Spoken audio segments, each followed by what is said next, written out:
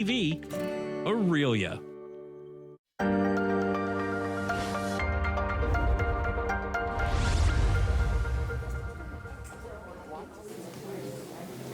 Well, good evening, everyone. Thank you for coming this evening. I am actually heartened and encouraged to see the number of people who have decided to attend this evening. I'd like to welcome all of you, and I'd like to welcome our candidates as well. The candidates that agreed to participate in this session, and to the constituents who came to ask the questions and listen. My name is Linda Miles, and I am a resident of Ward 1. I'm also the administrator of the EROM Facebook group and the EROM e-newsletter. To start this evening, I would like to acknowledge that today we are gathering in the traditional territory of the Anishinaabe people. We would like to honor the First Nations communities in the area and wish to acknowledge that their ancestors were first stewards of these lands. These lands that were meant to be shared with nature and in a way that honors the life that we have been given. The history of this land clearly demonstrates that we have not lived up to this intention and promise. To have hope for the future generations, to have a sustainable world for them, we must recognize the value in each other, reconcile for past tragedies, and ensure compassionate care and concern for all. Further, we must recognize that the various components of all of our ecosystem, land, air, water, flora, and fauna, are all interdependent and need to work in harmony. That is the only way forward, is together. I'll keep my comments brief, but I'd like to just take this a really brief opportunity to explain to people here tonight what EROM is. There's been a lot of questions about that over the last few months in the community. EROM stands for Engaging Residents of Oro-Medonte. The objective of this group is simple. It's to promote a healthy and sustainable community by informing and engaging residents on matters important to all of us in Oro-Medonte. The idea of providing information to the residents of Oro-Medonte about the township came from other residents who were already interested and engaged, and so a Facebook group was created back in January 2022 to do just that. The name Engaging is being used by other community groups, like the one in Barrie and one in Peel as well, and the others in other communities. The Facebook group has been very, very well received, but we kept hearing that not everyone uses social media, and residents were asking if we would start an e-newsletter. And so the EROM e-newsletter was launched in July. If you're interested in participating and haven't signed up, there is a sign-up sheet there for you. EROM does not have membership. We are not a ratepayers association. Many volunteers from all over the township have helped with this endeavor over the last year or so. And many of them are helping here again this evening. Someone asked me the other day, who owns the EROM Facebook group? My answer is, I started the group, and I continue to be the administrator. But I believe it's owned by the 370 residents of Oro-Medonte who have asked to join and continue to engage in respectful and courteous dialogue about matters affecting our township. Please note that all of the candidates for mayor and Ward 3, 4, and 5 received 2 invitations for this evening's session. The first invitation went out on the very same day that the list of certified candidates was published. The second went out 10 days ago. If a candidate did not respond in writing, I made follow-up phone calls to ensure they were aware of the evening session.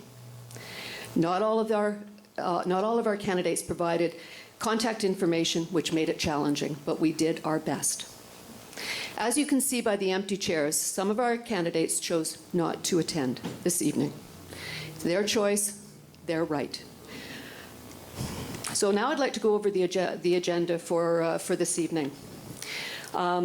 We will be having opening remarks from our moderator, Margaret Prophet.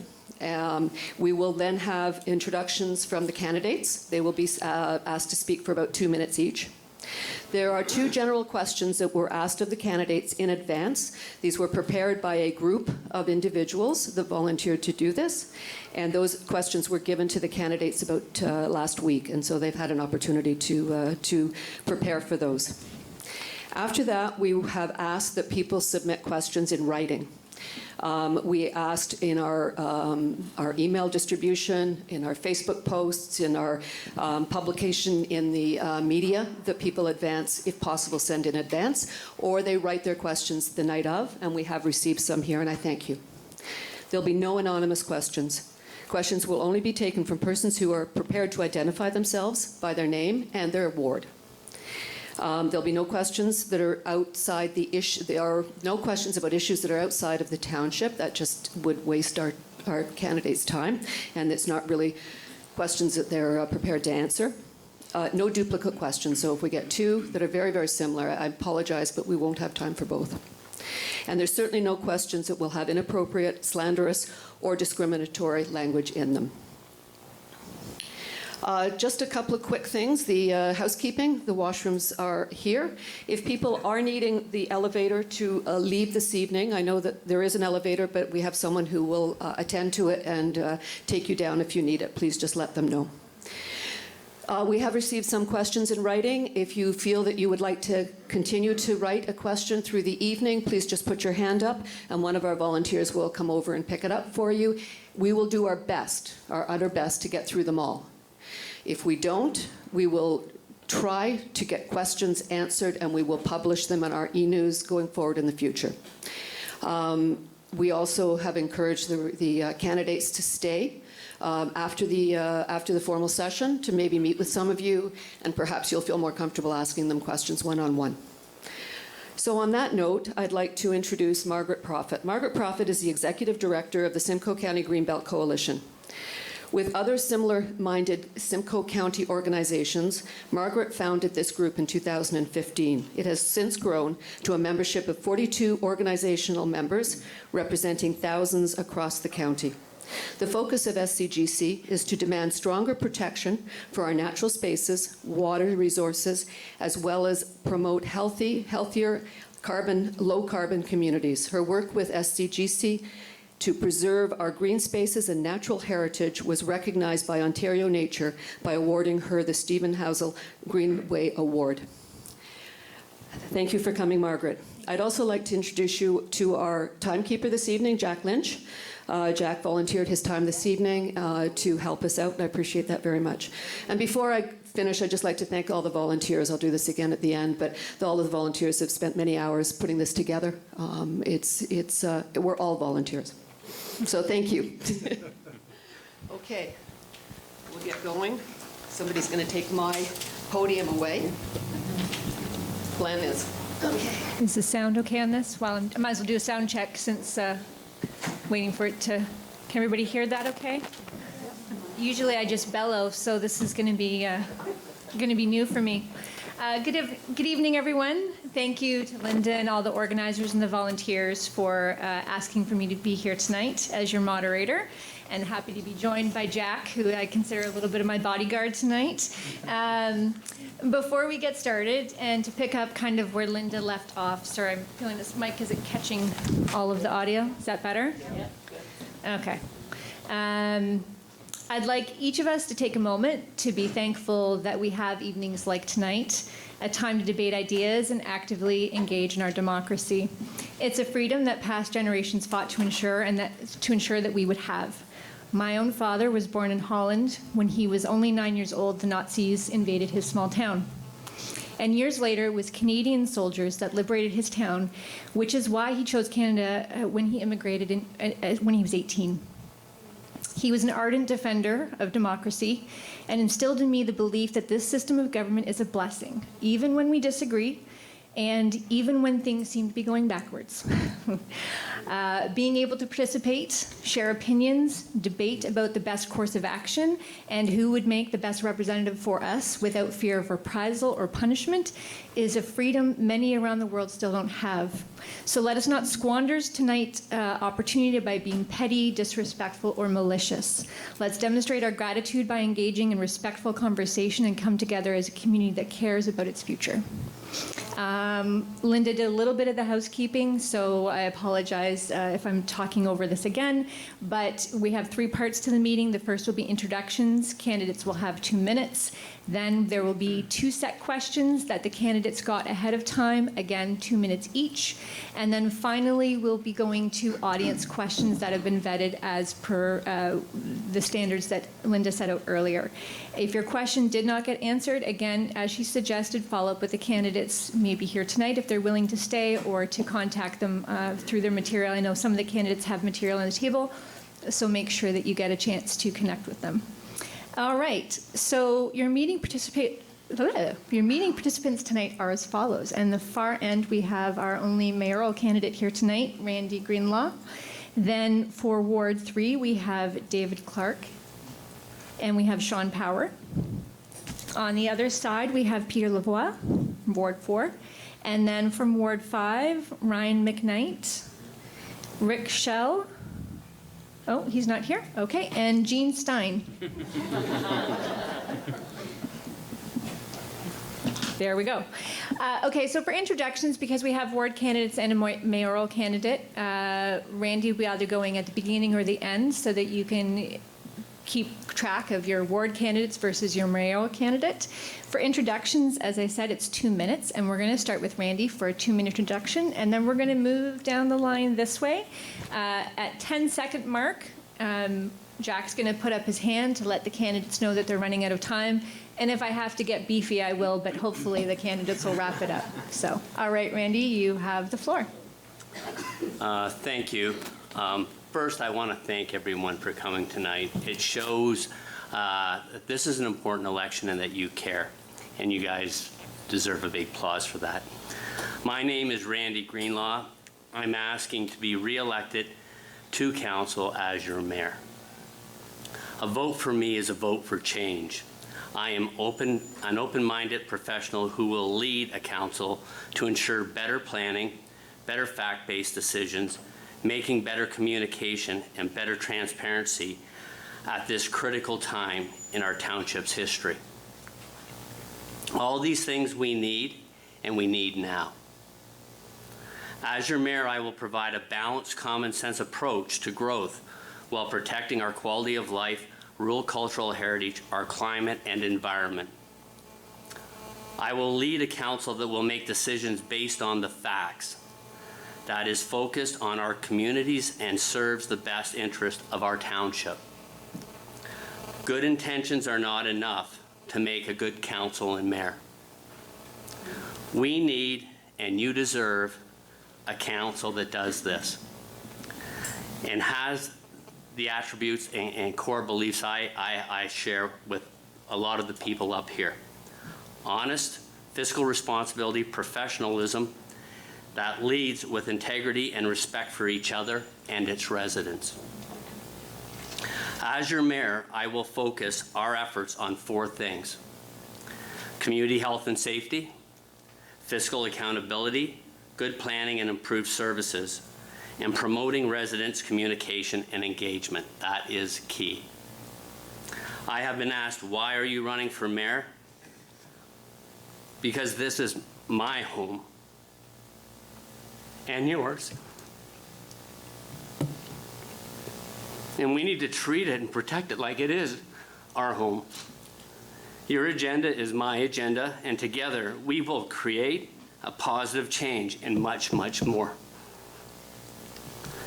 Change starts now. So please visit my website at www.greenlawformayor.ca and start providing your feedback so we can hit the ground running when you vote for a change in leadership on October 24th. Thank you, Randy.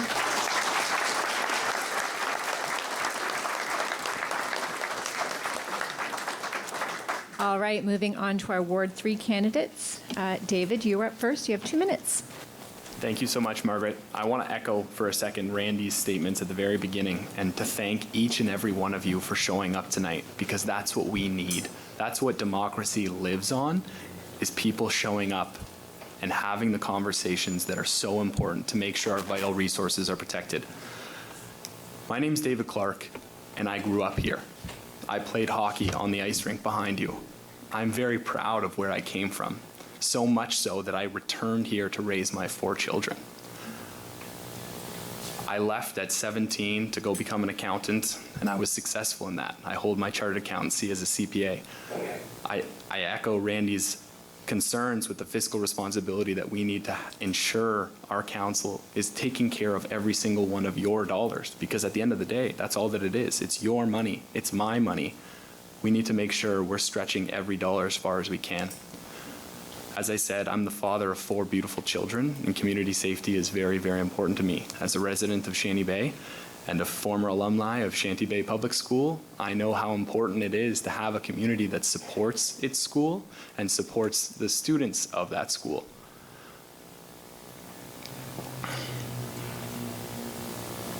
I just want to let everyone know how important it is that we're all here tonight.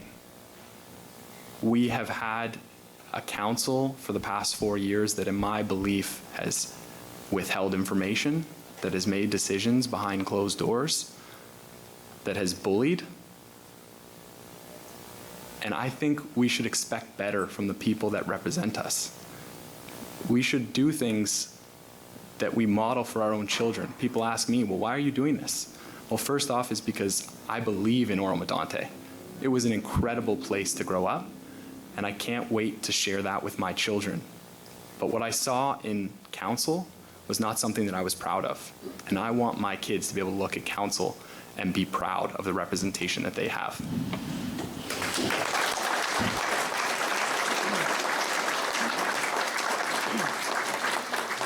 Thank you, David. Ward 3 candidate, Sean, 2 minutes. Thank you. Thank you, David, and thank you, Randy. Much like these 2 gentlemen here, I've moved back to live at my family home.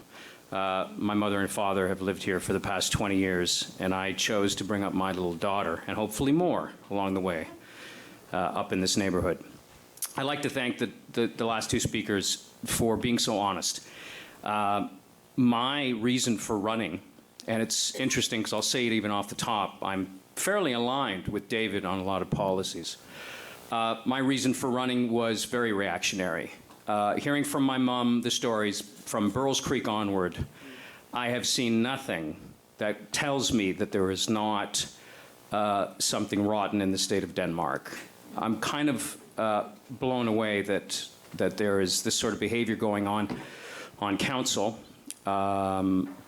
excluding Mr. Greenlaw, of course. And I wanted to stick up for my mom and for her property, which is now my property as we're moving in. My policies and platforms are pretty basic. I don't think non-residents or any sort of non-residential association, be it commercial, entertainment, or otherwise, should be making any effect on policies, municipal policies in Oro-Medonte. To that, I refer to STRs, entertainment organizations, and cannabis farms. They seem to be making all the decisions, and that's from someone who's come back as an outsider, now an insider. I was very much in agreement with everything David was saying, and I would hope that you would take to heart that the people who are here today are the people who matter. The people who didn't show up today will not get my vote. That being said, the vote is very much up to you guys, and I would hope and pray that you choose ethics and honesty, because it's your property and your community that we're trying to defend. Thank you.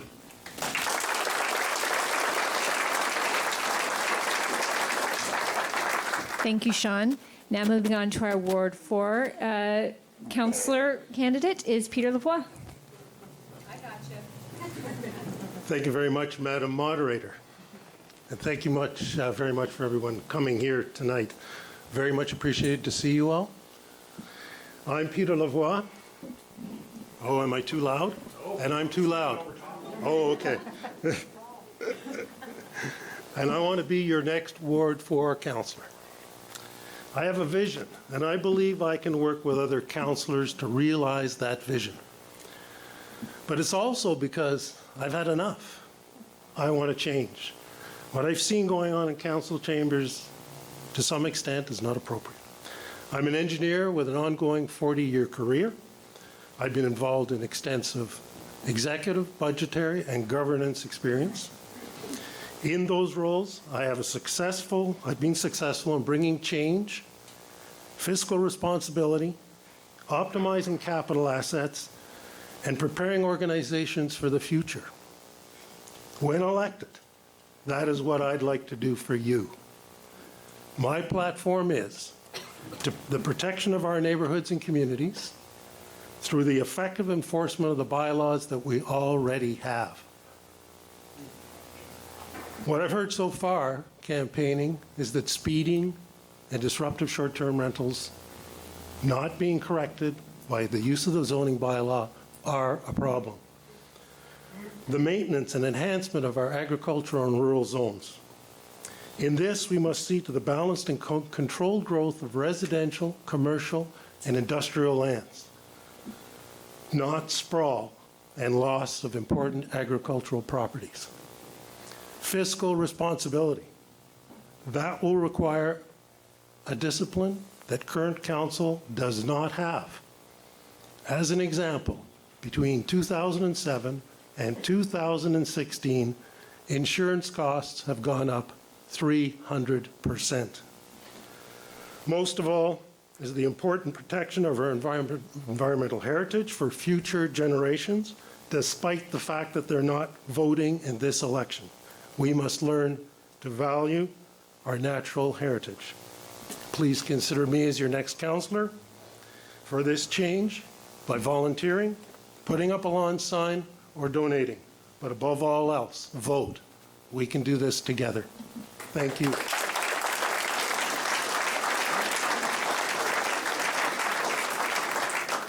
I'm going easy on the introductions. I might have to get more severe later, but we're okay right now. Thank you, Peter. We're moving on to Ward 5 candidates. And Ryan, we'll start with you. You have 2 minutes for introduction. Hello, my name is Ryan Mcknight. I'm a resident since 2019. I'm previously from Springwater. I have a family of 6. I consider my wife, 3 children, and my dog. So we're raising all of them here in Oro-Medonte, Ward 5. My family history is my uncle was a counselor for many years. He was a deputy reeve back in the day, and I got to talk to him in the summertime, and he really explained to me how much he learned and how much he enjoyed the service that he did. So he kind of sparked the interest in me, and that's why I'm here today. I've got a lot to learn, but I'm here and willing to learn from all you, the constituents, and get your feedback on what your issues are. So my professional background is I'm a facility manager. I work for the OPP in Aurelia, and I'm raising a family of 5, and I'm just trying to give back to the community where I can. In Springwater, I was a volunteer firefighter, and I really enjoyed that, but I had to give that up because getting a page at 2 in the morning is not conducive to family life and a job at 6 o'clock in the morning. So that's why I'm here today. I'll keep it short and sweet, but thank you for coming, and I look forward to your questions.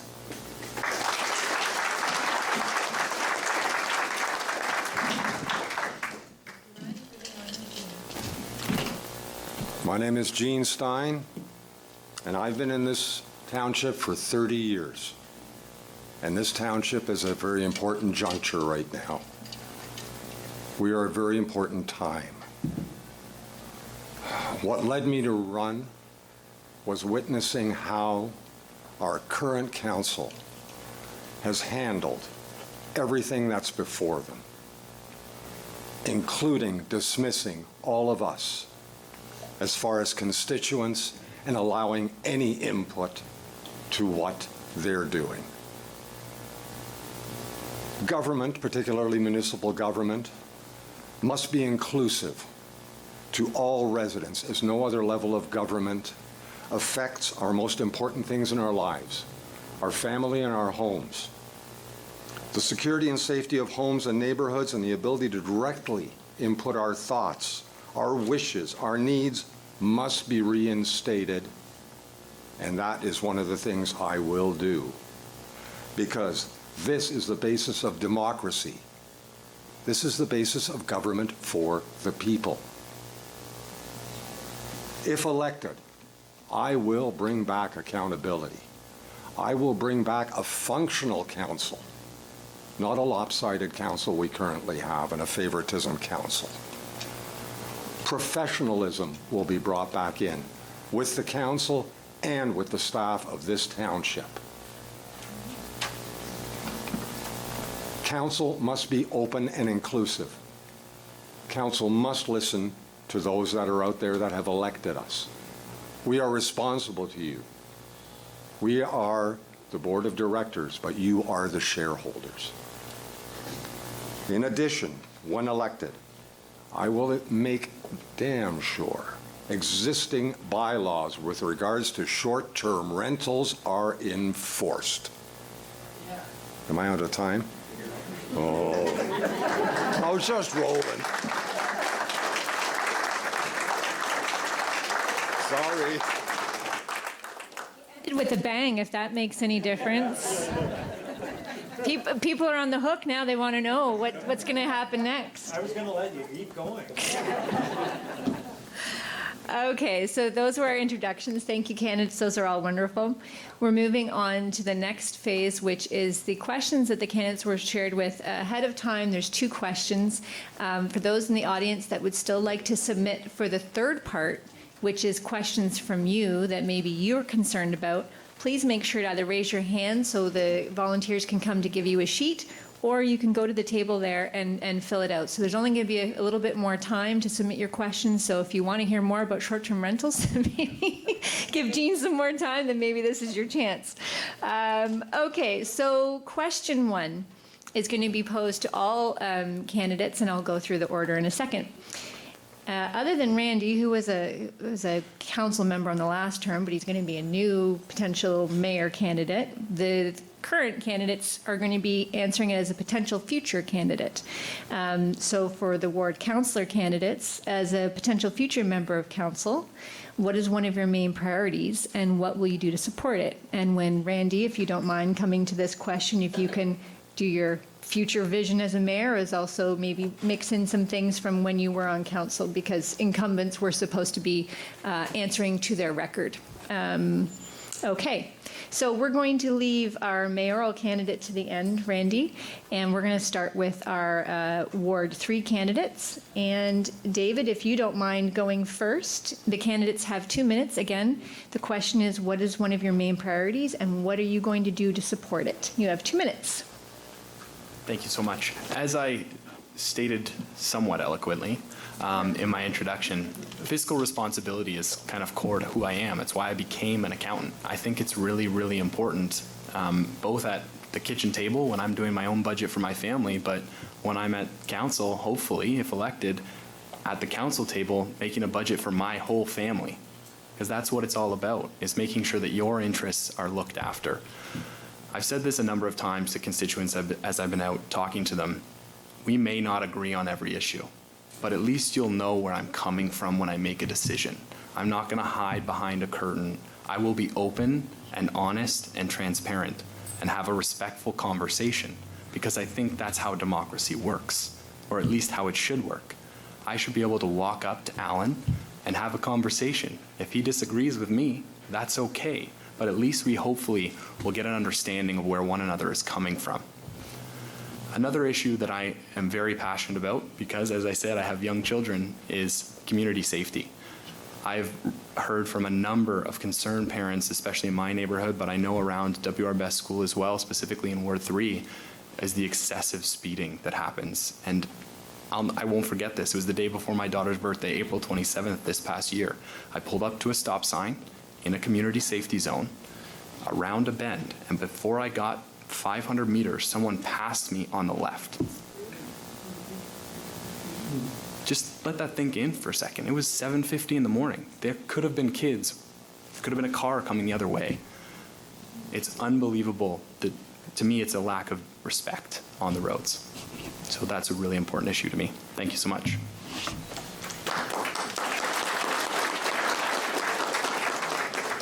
Okay, Sean, you have 2 minutes to talk about your priority. Thank you.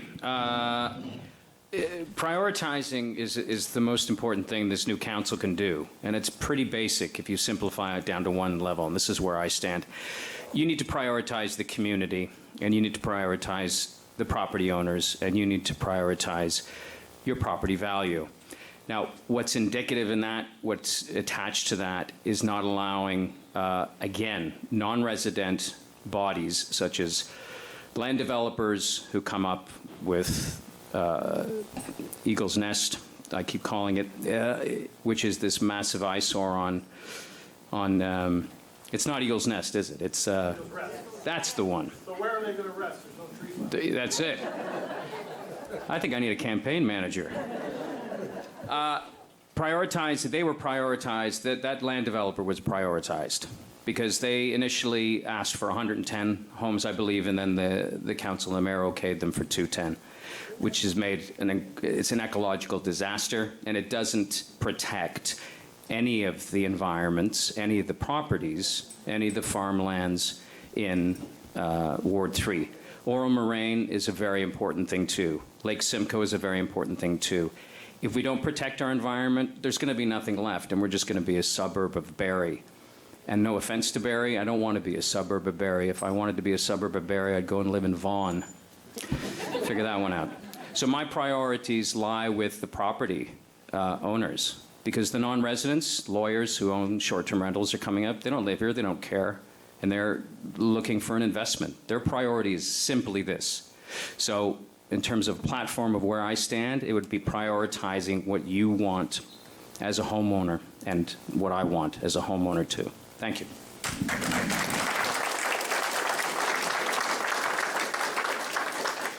I must have scared the candidates the last time around saying it's going to get tough because now everybody's under time. So this is great. It makes our job easy. All right, we're going to move on to our lone Ward 4 candidate here tonight. Peter, you have 2 minutes to talk about your party and what you're going to do to support it. Thank you very much. Welcome. We had trouble with the time because we know less about each other than anything else.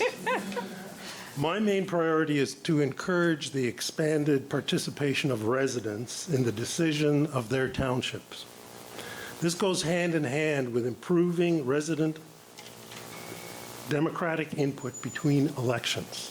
There's been much to discourage the participation, but none speak so loudly as the vote that you all just lost at the hands of this council.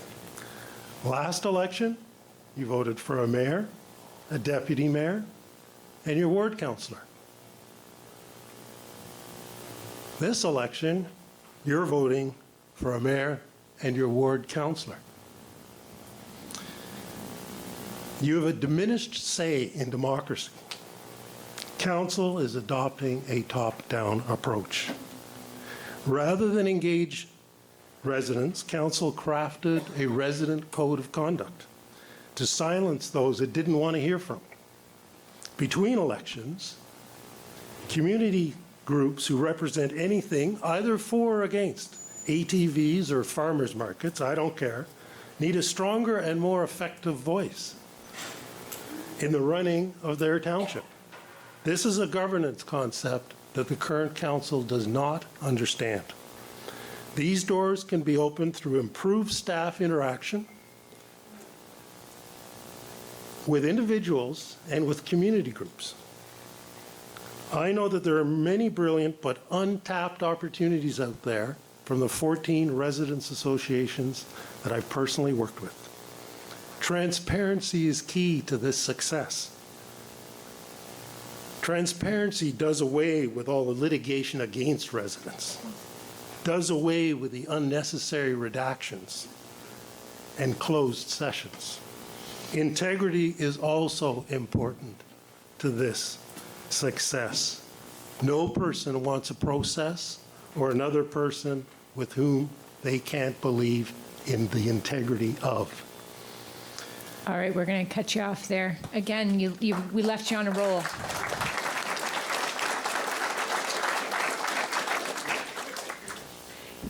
It's really hard. I know, and especially when everyone's so passionate about these things, and you should be passionate about them. So I apologize. I don't like being a mean person, but sometimes it comes with the job. It comes with the big paycheck, supposedly. All 5 cents of it. All right, Ryan, you have 2 minutes to talk about your priority and what you're going to do to support it.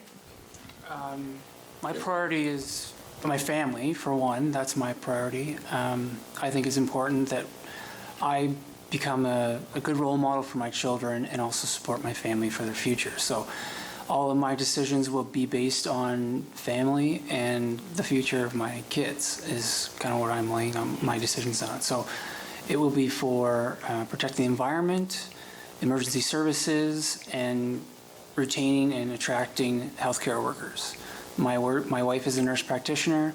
I know how hard they work, and they're undervalued, and I'd like to be able to support them any which way I can. So those are my priorities.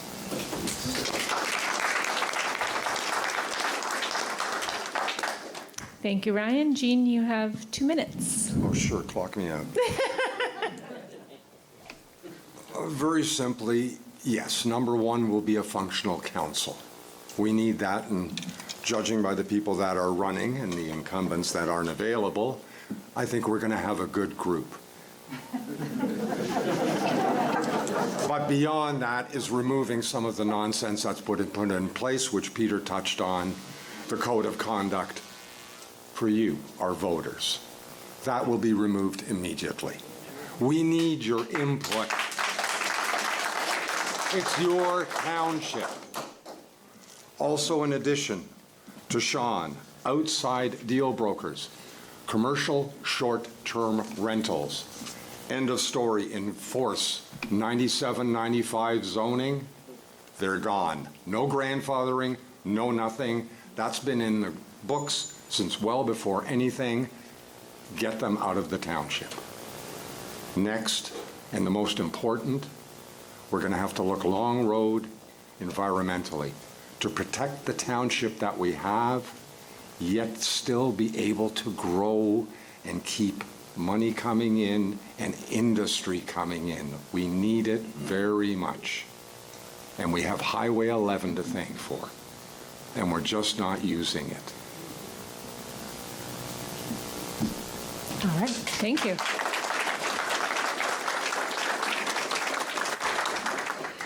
Thank you, candidates. That was the first of the questions that the candidates had ahead of time, and we've got Randy, who's going to be the mayoral council. So I'd like you again to remind you to bring what you can into your council experience, as well as what you'd like to do as a potential mayor of Oro-Medonte.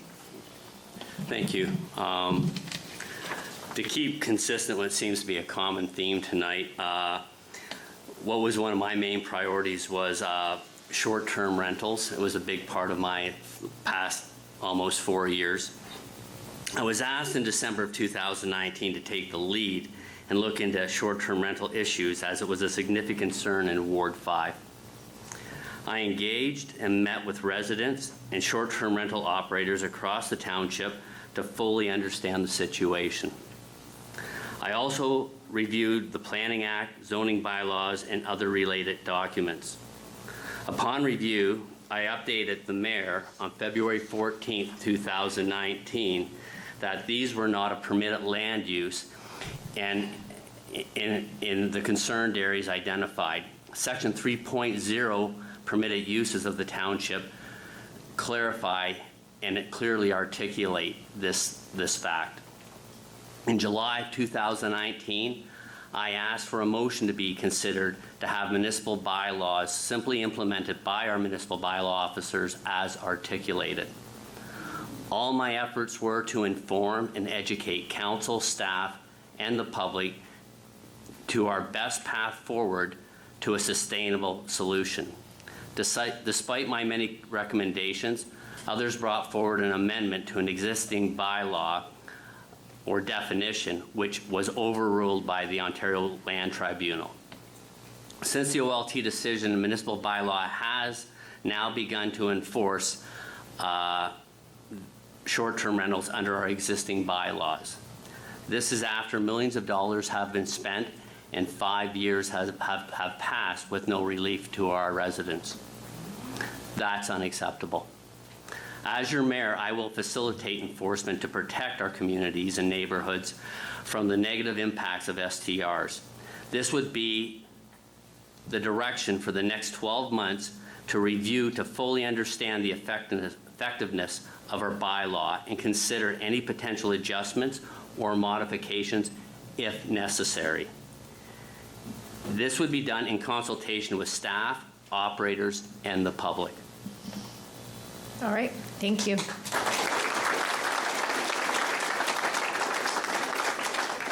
I'm glad everybody has good peripheral vision up here, because Jack's. That makes our job easier. All right, so we're moving on to the second question, and I believe the vetting has kind of finished now? Yes, okay. So I'm sorry, but if you didn't get a chance to submit your question, then, like I said before, follow up with the candidates afterwards or at another time. Okay, question 2. It's a fact that the Oro Moraine is the principal source of drinking water for 90% of Oro-Medonte, and that much of the current and planned development is located on the moraine. So again, we'll go to our ward candidates first, and if you don't mind, Randy, we'll finish with you, if that's okay. I'm going to switch it up. You think you can predict me? You don't know me well enough yet. So the question is, as a potential future member of council, what will you do to minimize the environmental impact of the current and future developments on the Oro Moraine? We are going to start with Peter, then we're going to go to Ward 5, then to Ward 3, and then to Randy, if that's okay. So you get to run off the hop here. You have 2 minutes to talk about the Oro Moraine and what you're going to do to protect it. Thank you very much. You're welcome. And so I want you to take the vote that council took from you in the last session and give it to me this election. As for the Oro Moraine, this is a classic example of listening to experts who understand the issue and the impassioned voices of community members who care about our future. I'm not an expert, but I'm impassioned about this issue. Many years ago, society decided to protect itself from the chemical agents poisoning our air, just so we could look forward to a future of breathing. Some thought these people would be hysterical. History has proven them otherwise. I believe if we are to learn from the past, we must act for the future. Groundwater is not something as present as the air we breathe. Most in their busy lives don't notice that we have a problem till nothing comes out of their well and their tap runs dry. I intend to listen to independent experts, and I stress independent. To me, at least, this is an evidence-based scientific issue that we should be monitoring in order to determine where the threshold is for a sustainable and viable future. What I have noticed is that for community groups who wish to know what areas are in the environmentally protected zone, they have to file Freedom of Information requests. This is not acceptable. I also note that the Oro Moraine is neither well-defined on mapping, nor is it protected. This is not acceptable either. I will endeavor to see the moraine statutorily defined and protected. I will proceed cautiously with any future development. Unless otherwise possible, the current and approved developments can only be prevented from further expansion. It is important to me that all development in protected zones and the moraine be capped with the strictest caution to ensure a sustainable future. Thank you very much.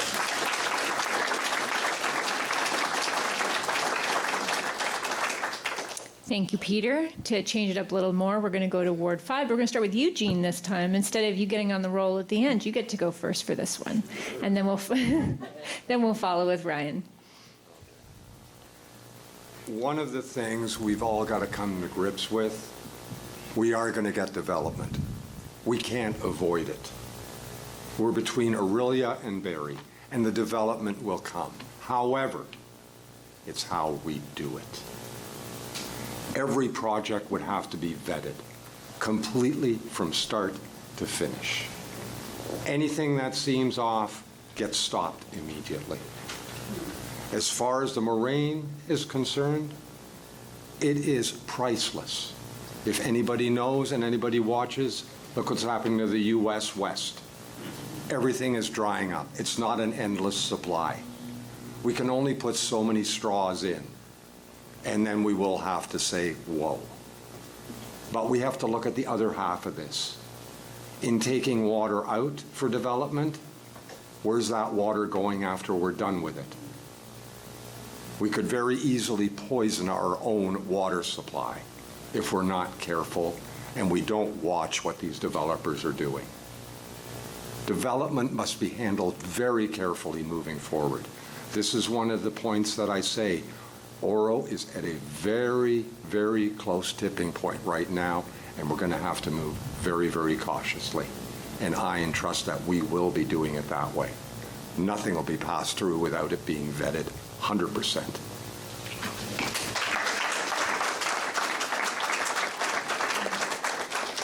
All right, Ryan, you have 2 minutes to talk about the Oro-Moraine. All right. To be honest, I don't know too much about the Oro-Moraine, and I need to know more about it before I can answer too much about it.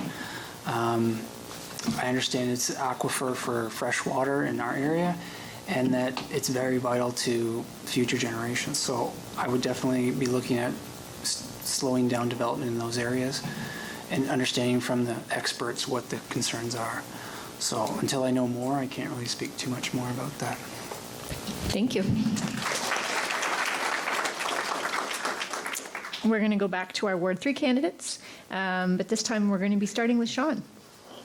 Okay, thank you. I'm going to go a bit further than Jean, and I'll put the suggestion to everybody. I think in terms of legislation, there's already Protect Lake Simcoe Act, which exists. I don't think it's too much of a stretch to put forth motions to try to make an amendment to that to include Oro-Moraine. I don't know why it isn't, and it should be.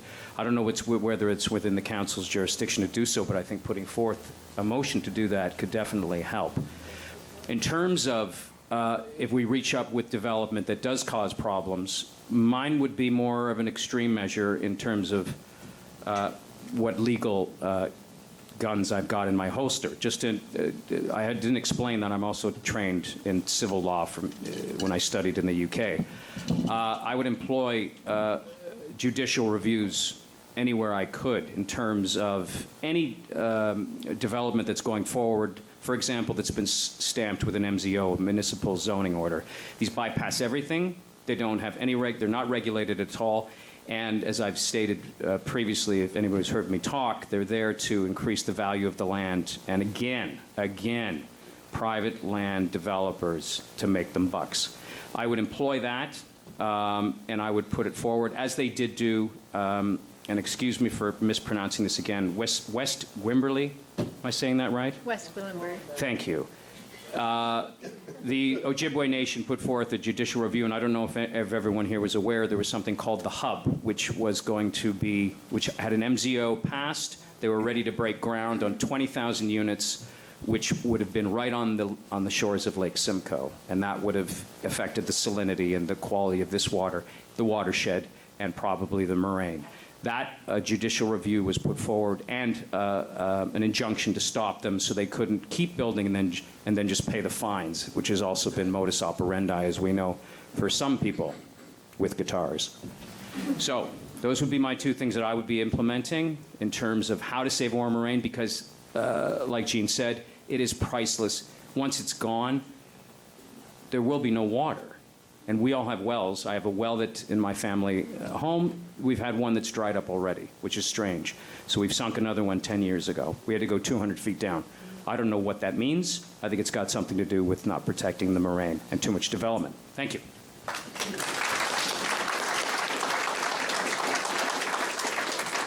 All right, David, you have 2 minutes to talk about protecting the Oro-Moraine. Thank you so much. Can you hear me now? Okay, perfect. I want to echo what Peter said. I'm not an expert on this, and I will defer to the science on what needs to be done in order to stem development correctly and smartly. And I challenged Jean on this a little bit. I think we have the power as constituents to help prevent further degradation of our pristine farmland. We live in one of the most productive farm areas in central Ontario. That's important. If we don't continue to have farmland, we can't eat. It sounds like we can't eat and we can't drink water.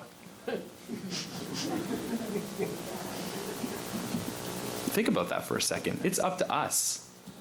You as the engaged residents and us as hopefully the elected members of council to protect those natural resources for generations to come. We have the science to do it. We have an understanding of what places to develop and what places to not develop.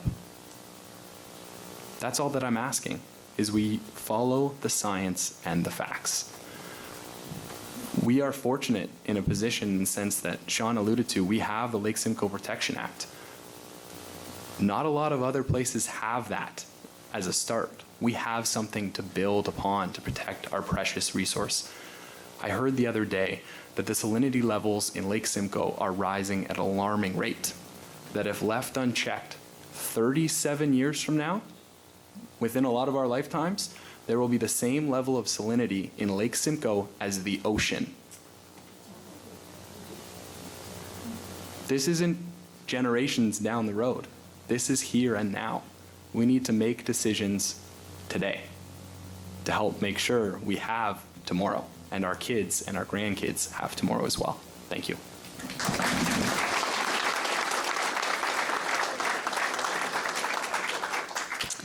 Thank you, and we're going to move on to the mayoral candidate, Randy. If you could speak about what you did to protect the Oro-Moraine or what you would like to do in the future to protect it. You have 2 minutes. Thank you. I have been involved over the course of my 4 years on council as a councillor in voting against those developments that are too high in density, that would impact the natural environment and the character of our beautiful Oro-Medonte communities. An example of this was voting against the doubling of Eagles Rest. From 100 to over 200 lots, this will consume much more groundwater, allowing hundreds of more people than expected and impacting the natural rural character of this area. I have asked in the earlier years of my term to fully consider and avoid such negative impacts. We need to identify where are the borders of Oro-Moraine to ensure that they are protected, particularly the important aspects of groundwater below. This matter has come up a number of times through this term of council, and most recently at the last official plan review, where questions about there being sufficient capacity of groundwater in the Oro-Moraine that needs to be determined before more significant development is approved by council. I totally agree with the need for this protection. Thank you.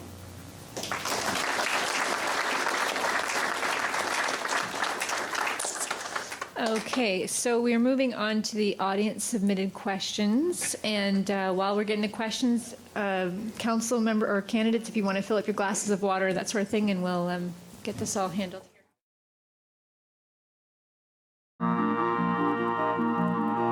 Closed captioning is brought to you in part by Raven Reads. Unbox Indigenous voices. Subscribe today at ravenreads.org.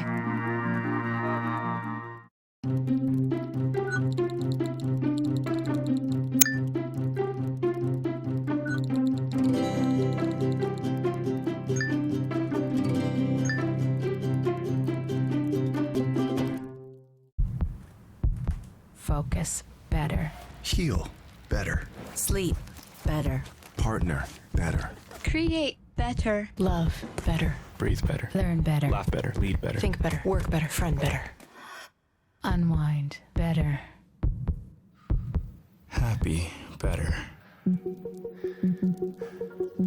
Everything gets better when you get active.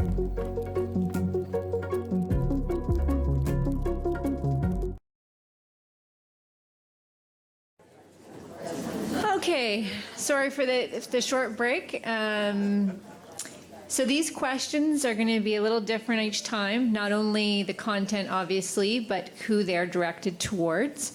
So once upon a time, I was a teacher, and I got really good at reading kids' handwriting. So I'm going to be tested again. Not that we had kids write these, but we're like, what is that word? So just bear with me here. I haven't seen these. This one, a question is directed to mayoral candidates. So tonight it would just be for Randy. Do you want me to read who submitted or no? I don't. As long as we know. Okay. I think that's fine. All right. The question is as such, and I'll read it over once so that I make sure that I'm reading, and then I'll repeat it just in case. How can the current council be stopped from voting through lowering development charges before what I hope will be some new council members to take a second look at this idea? I fear residents will bear the burden through increased taxes.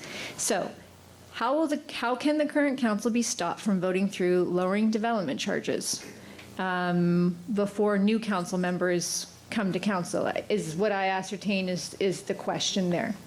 Well, my position from the last meeting was, I don't understand why we were subsidizing something. We are currently the third lowest municipality in industry development charges. We're approximately 1/3 of what Barrie is. So development's coming here already because it's cheaper.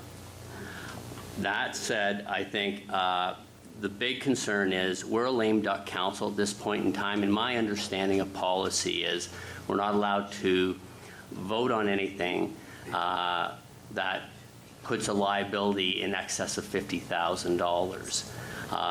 The discounts off of the one property that was on the presenter's deck would have been close to $750,000 discount.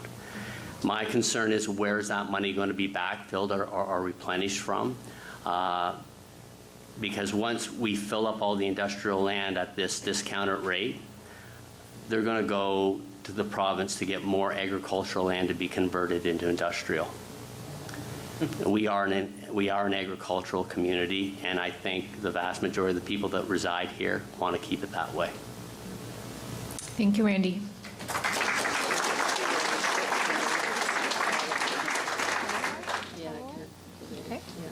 They're all, so what we've done is combined the three because they are all on the same issue. Do you want me to read each one or just okay, all right. We'll see. I'm ad-libbing here. This is why I get paid the big money tonight. Just to be clear, I'm not getting paid any money. It's a joke. Okay, we have 3 questions that are relating to short-term rentals, and this is for all candidates. Yes. Yes, because we have some that want the mayors to do it and some want the ward. Basically, they all revolve around what are your plans to enforce short-term rentals? Where do you stand on second dwellings on the same property? Are you absolutely against short-term rentals? I think anything within the short-term rent genre would be good. So we will start this. That was by John Trelaw. I'm sorry if I mispronounced your name. Submitted. Marika Babby and T. Sullivan. So thank you for those. And the last one was submitted by Linda Wells. Just for increased transparency. So this is the short-term rental question. Again, candidates are going to have 2 minutes. We'll start with Ward 3, I guess, and we'll go back to you, David, and then we'll go along this way, and then Randy will have you at the end, if that's okay. So 2 minutes to talk about short-term rentals, your position, and what you would do. Fantastic. Thank you. As I currently understand the issue, in a majority of our township, they are illegal. They are not a prohibited use under the current bylaws. And over the last 5 years and the advent of Airbnb and similar platforms like that, the accessibility to become a short-term rental owner has exploded across every municipality, especially one that has the natural resources and beauty that ours does. So currently, they're not allowed in 99% of our township. But over the last 5 years, through the leadership of council, I say that very specifically, not Randy, has spent millions of dollars and has accomplished nothing. They've spent millions of dollars, and we are no further ahead than we were 5 years ago. We knew it was an illegal use of land in 2019. We knew it was an illegal use of land in 2017. We knew it was an illegal use of land in 1997, before there was such thing as a short-term rental or an Airbnb. I'm going to say something somewhat controversial. On its face, I don't have a problem with short-term rentals. I do and I want to be very clear on this, I have a very big problem with disruptive short-term rentals. It is not fair for someone who doesn't reside there to limit the enjoyment of somebody's home. There have been scary events where people have had people who they don't know, have never seen before, are renting out a unit beside their home and have ended up on their property in their backyard. I think about my wife and my children at home. If I'm not there and someone is on our property who's not supposed to be there, it's unacceptable. We need to do something about disruptive short-term rentals. Thank you, David. All right, Sean, on to you. Thank you, David. I'll go a little bit further. I'll say I do have a problem with them. And you're very much right that legislation states they are illegal since 1997. I've learned this from discussions with actually some of the gentlemen who are here today. And in doing diligence on it myself, what I can see is that the actions of the leadership, the mayor and the council who favor his decisions in the past 4 years have been prioritizing the short-term rental owners. In terms of what do you do, I'm not against B&Bs because the owner is usually present, and you never hear of a big party every Friday, Saturday, Sunday at a specific bed and breakfast. That's not how bed and breakfasts work. They've existed here for as long as the lake has been here, and they will continue to exist and should do in the future. They should not be compartmentalized in with short-term rentals. And again, I think the way to differentiate between them is in terms of the definition. Keep the definition of what it was in 1997, that they're not legal. Leave it at that. If you're resident and you're on the property, then you qualify as a bed and breakfast, then you're fine and dandy. In order to enforce that, and just on a note, yes, they have spent $1 million of your money in perpetuating this back and forth, trying to look like they're accomplishing something, and they haven't accomplished anything, because as the Good Neighbor Alliance has told us, not a single short-term rental has been closed because they are prioritizing their interests over yours. So how to stop that? Base it on the law, and don't look to amend the law, or don't look to fool the community that these short-term rentals are in. That's all. Thank you.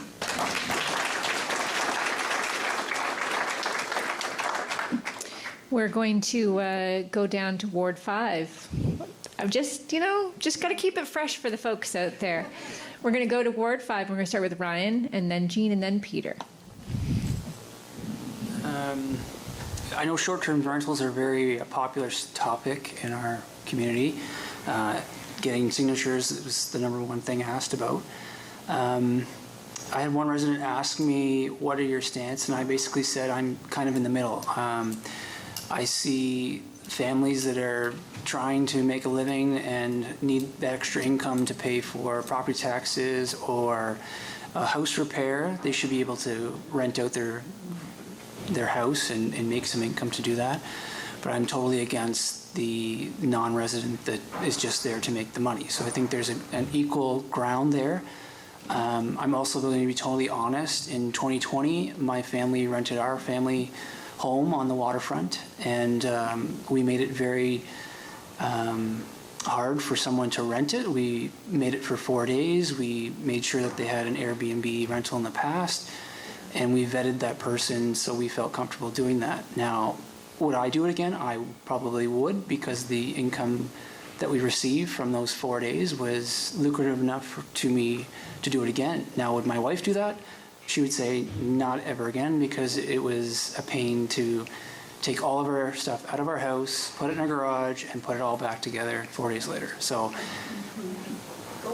go with my wife. So every smart man listens to his wife. So we will see in the future, but that's where I'm at. And I got to be honest with you. And I think you'll find with me, I'm very honest and transparent. Thank you. On to Jean. Okay, surprise, I'm going to be the blunt one.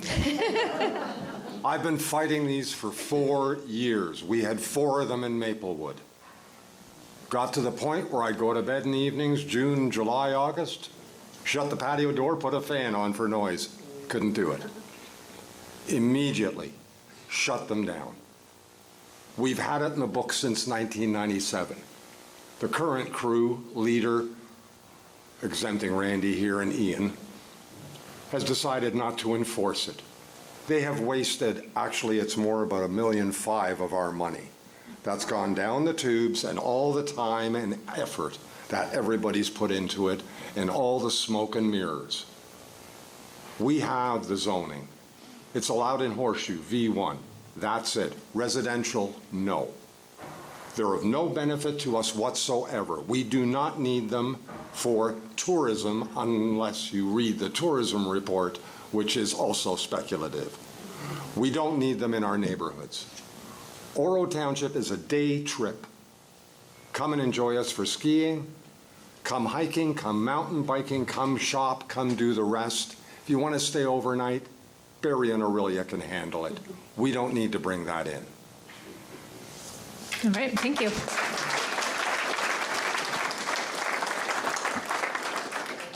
All right, back to you, Peter. Thank you very much.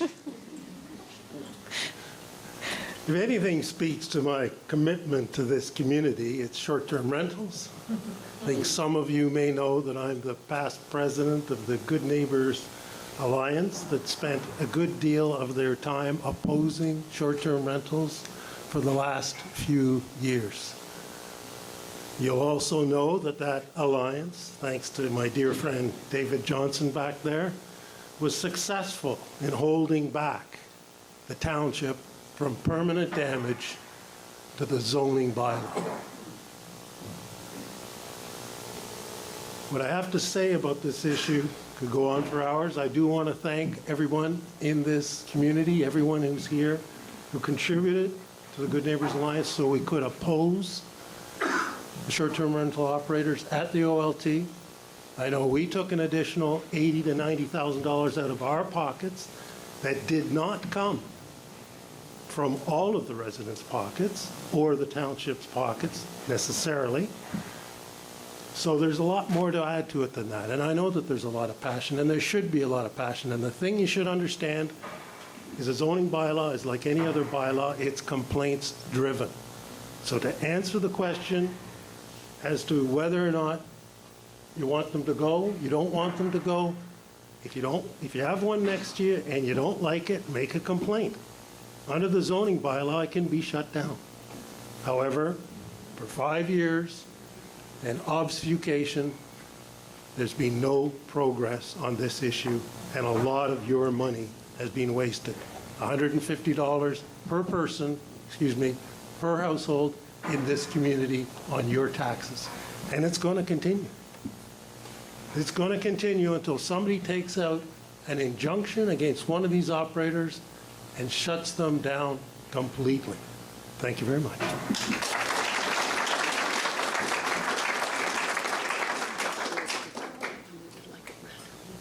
Okay. All right, this is a funny question. Not funny, haha, but just odd. This question is, oh, sorry, Randy, I'm sorry. This question isn't for you. See, I got in my head here. Thank you. See, it's not, no, it's, I confused myself. It's fine. Randy, I'm so sorry. You deserve your 2 minutes to talk about short-term rentals. Well, I'll make it brief. They have been determined a commercial use by multiple OLTs and case law. They are not conducive to residential zones. They disrupt neighborhoods and communities. To license them is what everyone talks about is the solution. I've yet to see licensing work. It's very, very, very expensive.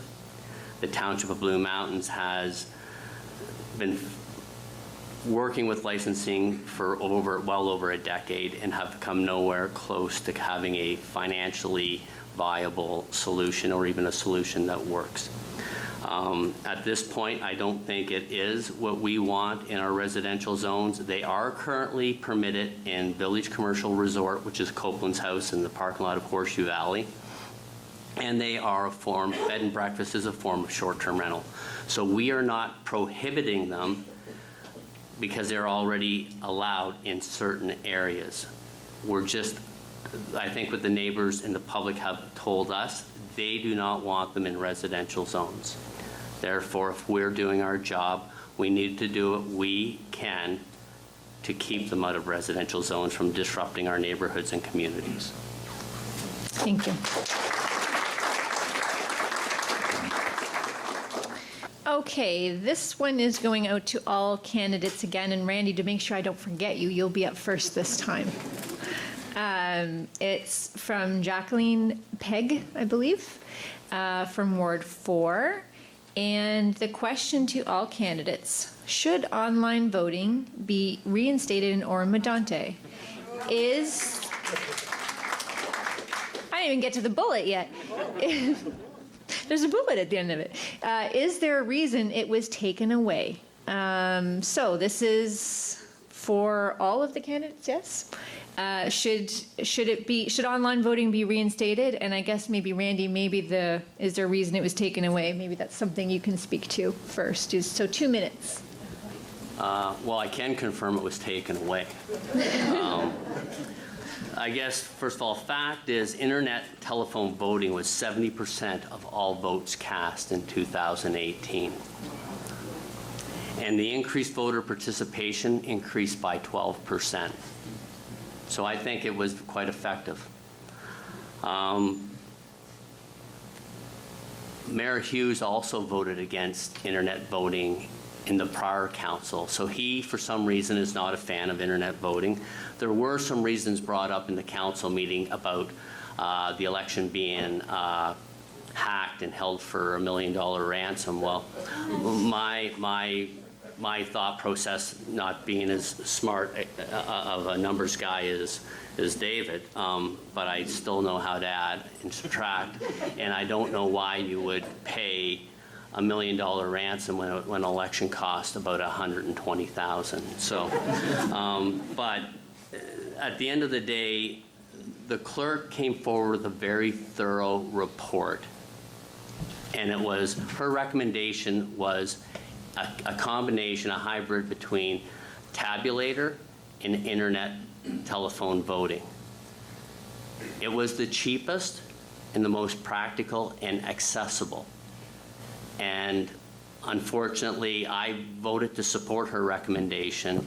The majority of council did not. And that's hopefully something that you can ask them when they door knock in your neighborhood, or if they turn up at one of these sessions. Thank you. Okay, so we're going to start with you, Peter. Yeah, mixing it up. All right. Well, I believe in technology as an engineer. I don't suppose that should come as any surprise. I think we all have our medical records transferred around via the internet. I think we handle financial records on the internet, trillions of dollars a day. All of our money passes around through the internet. In fact, we don't even see cash anymore. But nonetheless, I don't see any reason why anyone should want to believe that Oro-Medonte's election is so important that they'd want to hack it, but here we have it. I would definitely support internet voting, no question. We have approximately 3,500 people who could vote who aren't here. We do have a slightly non-resident secondary property owner community. They should have their say in the community. They invested in this community. They want to hear about our community. So they deserve their say. And this mail-in voting ain't cutting it. I got lots of information. I got lots of people in my campaign. I've heard from others. They've tried it. It's not easy. And you have to pick it up in person. And of course, the big irony is to register for a mail-in vote, you got to use the internet. Thank you.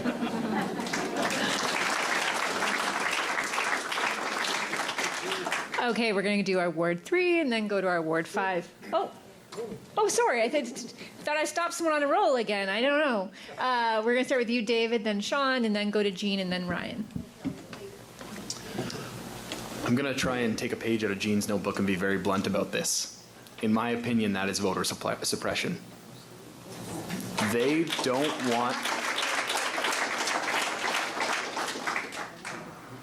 don't want the engaged residents to vote. It was paraphrased. I'm going to paraphrase the current incumbent in Ward 3. Elderly folks don't feel comfortable voting online. Not true. I find that offensive. There's another part that I can't seem to wrap my head around. The way they advertised to get a mail-in ballot was to apply online. Online voting is apparently bad. Mail-in voting is apparently good. But in order to mail in your ballot, you have to apply online. It's also important to bring up the fact that current council does believe in the use of the internet, as the entire process of the official plan review was done online.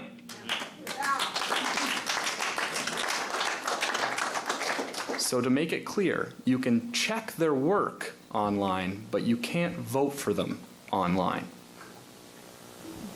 It doesn't make any sense. I'm a firm, as you can tell, I'm quite young. I believe we should be voting online. We conduct, as Peter said, every other aspect of our life online. Get people out to vote.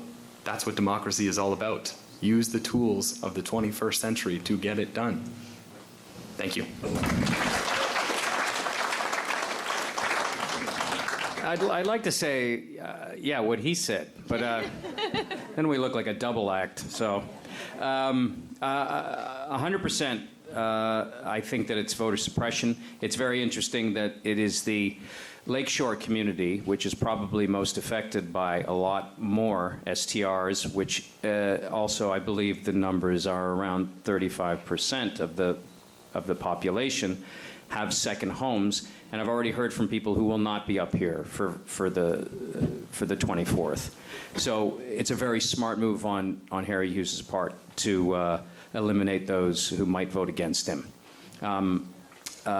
It's nothing else. And also, I believe that it cost somewhere in the realm of $60,000.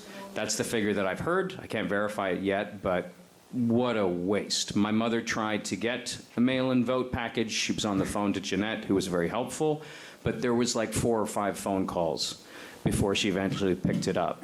And it was deliberately obtuse and difficult. And as we can clearly see, that's what people do when they don't want you to vote, because they've got a limited amount of support. So I'm very much for bringing back internet voting. Thank you. Down to the other end of the table, Jean. Internet voting's back. No ands, ifs, or buts. Very simple, and I agree with David, it is voter suppression.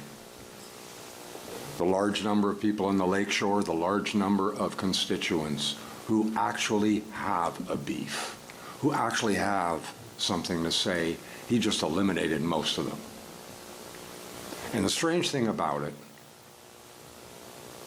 mail-in voting can be tampered with far easier than internet voting. Internet voting has never, ever been crashed. It's never been broken into. There is no reason to hack it. There is nothing for it there. But definitely I would be bringing it back immediately. No ands, ifs, or buts. Get the people out. Get whatever makes them comfortable. Even us old people, as Ms. Keene said, who can't run a computer. All right. Ryan, you can finish us off here. I'm against online voting. No, I'm just kidding. That's it. That's it. That's it. That's your mic drop. Okay. Yeah. Everybody? Yep. Okay. So this is Craig and this again. Okay. This is from Sheila Craig. This is for all, submitted by Sheila Craig. This is a question for all candidates. And the question is as such: now that you've paved all the roads, what plans do you have to install electric charge stations in Oro-Medonte so we can enjoy the smooth roads and not impact the climate? Okay, we're going to start with our Ward 3 candidates, and we'll go down the table, and Randy, you'll come at the end if you don't mind. All right, go ahead, David. So I know we don't like to be compared to Barrie in any way, but they've actually led the province in installing green charging stations. If you've ever been around the lakefront in Barrie, they have charging stations. They have 2 super Tesla chargers. I don't own a Tesla, but they have the chargers there. There are several other municipalities that are leaps and bounds behind Barrie. Well, they're our next door neighbor. Why don't we use the tools and resources and learn from what they did?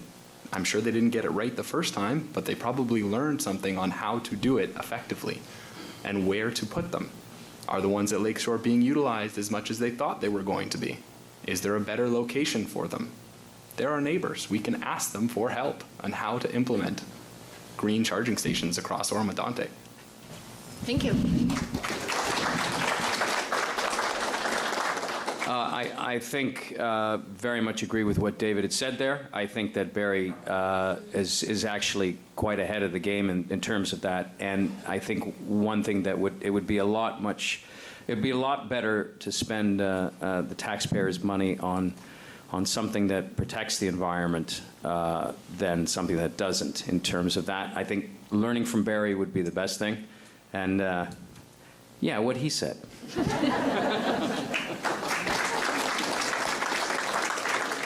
All right, Peter, you're up. Why, thank you. And certainly you have to take a look at this issue. It would be my understanding that the daytime visitors who would come up maybe from the city or something would have a need for a charging station. I think if you wanted to cruise the back roads here in Oro-Medonte, you probably have enough juice in your charge from home to do that. It might be also useful on Highway 11 for people going to and from the Muskokas if they stop in for we could have an electric cafe, for instance, something like that along Highway 11. We could, rival Weber's with that, and you could charge your car and get an electric hamburger. I don't know. Anyway, there's probably good business opportunities, but they're probably limited. And I think the serviceability of something like that for a rural community, I'd like to see the business case, that's all. Thank you very much. Ryan and then Jean. Can you repeat the question?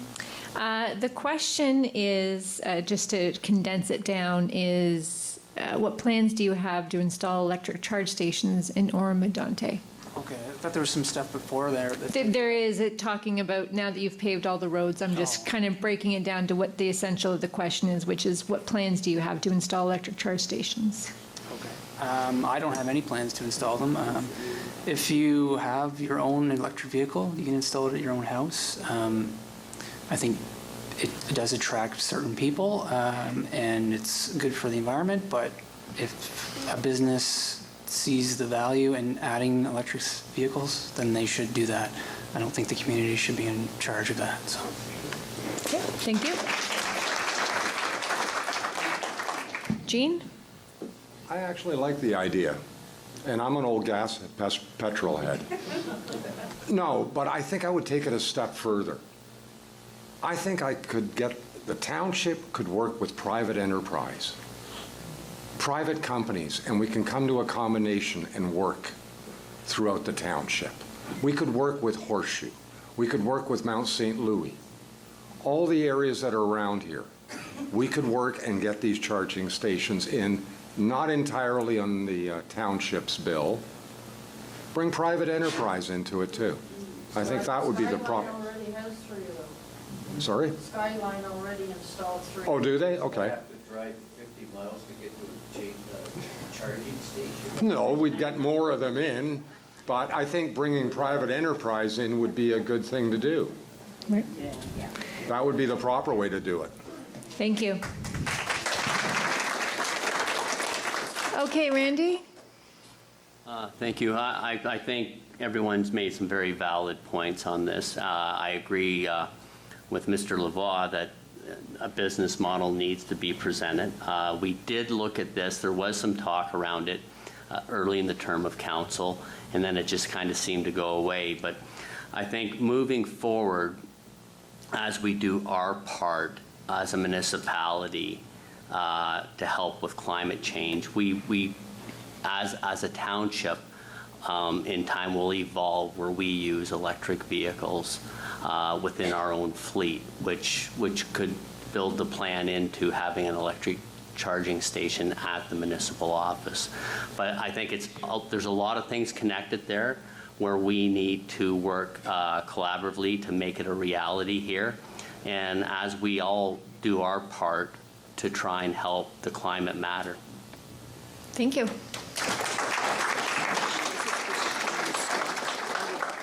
All right, this is for Randy for the mayoral candidates, which is just one tonight. Question is from Tom Shaw. The question is, how are you going to represent all residents in your area and not just special interest groups? Thank you for the question, Mr. Shaw. It's, I guess, it's a matter of what is considered a special interest group. I really don't think we have necessarily special interest groups. We have community groups with community issues that we bring forth, and that is important for us as elected officials to listen to all communities. If you look in the dictionary, because I have a lot of extra time on my hands, so I looked up special interest group and the purpose of what a special interest group is, and it's to sum it up in my own words, it's two or more people that have something that significantly impacts them within the community, and they bring it forth to help inform and educate others. So I know in this township, special interest group gets thrown around quite recklessly in a negative tense. Special interest groups are community groups with community issues, and we all need to listen to everyone, because I don't care what side of or what extreme end of the spectrum you're on, everyone has valid points. And the only way to make solid, sustainable decisions is by listening to everything and understanding as much as you can. Thank you.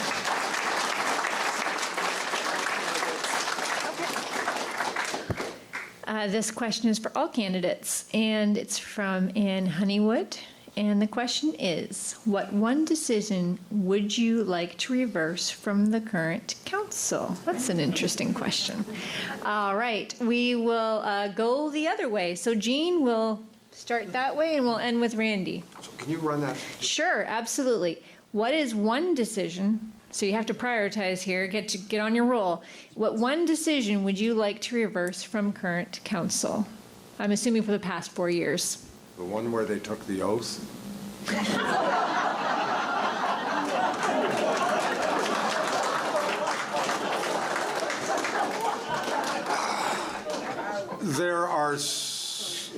There's nowhere to start. Okay, one of the big ones, and we're going to go back to this, is everybody being able to contact this code of conduct for the public. Get that out. Reverse it. Thank you. Ryan, what's one decision you'd reverse from current council? Let's say online voting. Okay. Thank you. I agree with Ryan. Sean? I would, the firing of the integrity commissioner who found Ms. Kathy Keene to be, on the recommendations that she be formally reprimanded.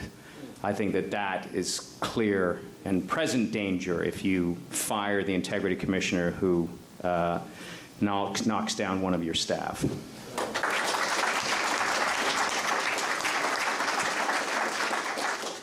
These are all great answers. I think for me, it's the decreased transparency vote. So they decided to remove, in the pandemic, when we were all watching council meetings online, the window at which they would be available to the public. They used to be available for a long period of time, and then they said, you know what, 2 weeks after that, you can't remember what I said. Randy? Unfortunately, it's because I've experienced. I'm allowed in my counterpart who is didn't show up. I'll answer between. I get 2 answers. And I think it's been covered, so it's not really a double dip. It's the firing of the IC for someone who is just doing their job properly, and the removal of electronic voting because it's taken your voice away from having a say in who is elected in the upcoming election.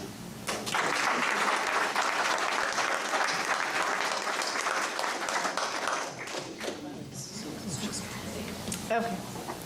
All right, this question is from Paul Sanderson, and it's directed to all incumbents, which unfortunately, Randy, means you're the only one on the line here. But we'll have to fill in the blanks for the others. The question is, considering the Tatham report of 2019 presented to the current council in December of 2019, all of you currently on council concerning the state of Oro-Medonte roads, my question is, essentially this report finds that paving all the roads in Oro-Medonte was a bad idea and will end up costing the taxpayers a lot of money. We do not need another track record on roads like we have now. What is your plan for the next term of council to improve road quality in a significant and long-term fashion of durability and safety with a very close hand on the taxpayer dollar? So, to condense that down a little bit for you, I think the question is basically, what is your plan to improve road quality in a significant and long-term fashion, considering durability and safety and taxpayer dollar, with a very long underline of it was a really bad idea to pave them all to begin with? Well, the Tatham report was some time ago, but from my recollection is it was going to be about to properly bring everything up and redo everything with full aggregate basis was going to be $40-some million. It's a huge challenge that we're going to have to deal with and figure out a solution around it. I think what we're doing now is trying to guarantee that our roads are kept to a standard level that it provides safety for our community and travelers. I don't have the golden egg or the perfect solution for you now. I would have to dig in and look at how we would finance it over a significant time. It won't be. It's not something I can answer here right now. I apologize for that, but there was a lot put into that report, and the findings were kind of jaw-dropping on what it's going to cost to get everything up to what we need long term. Thank you. Can I add? Oh, I guess, is that? I don't. We have a little time, so if you can keep it really quick. 15 seconds. Okay. I read the report briefly today because somebody shoved it in the mailbox. The numbers are over $100 million over the next 10 years in order to maintain those roads. That would mean something like $10 million a year, or I think roughly 30% of the current budget. There you go. Okay, we're getting. I don't. What time? What is our time here? We're still doing okay. Huh? Okay. We're just. I've got 8:34. 8:34. Okay, I'm just getting a pile of dead soldiers here. This is great. This question is for all candidates, and it's from Jerry Young. And the question is, what will you do to secure public engagement, including participation in committees with decision-making responsibilities? So what will you do to secure public engagement, including participation in committees with decision-making responsibilities? And we'll go Randy, down to the end. Jean, if that's okay, because it's getting near the end of the night and my brain isn't as creative anymore with the order. So public engagement is simply this. We have to reach out and set up and get people involved in our decision-making, in our solutions building. You know, I know we've done it with the Internet Task Force. We've done it with, you know, this traffic force as well. But I think the bottom line is we really do need to engage the public across the board to be a part of this community, because the most sustainable solutions are ones that the public are involved in building. So I don't know if I answered your question totally. Do you want to repeat it just so I didn't miss anything? Sure.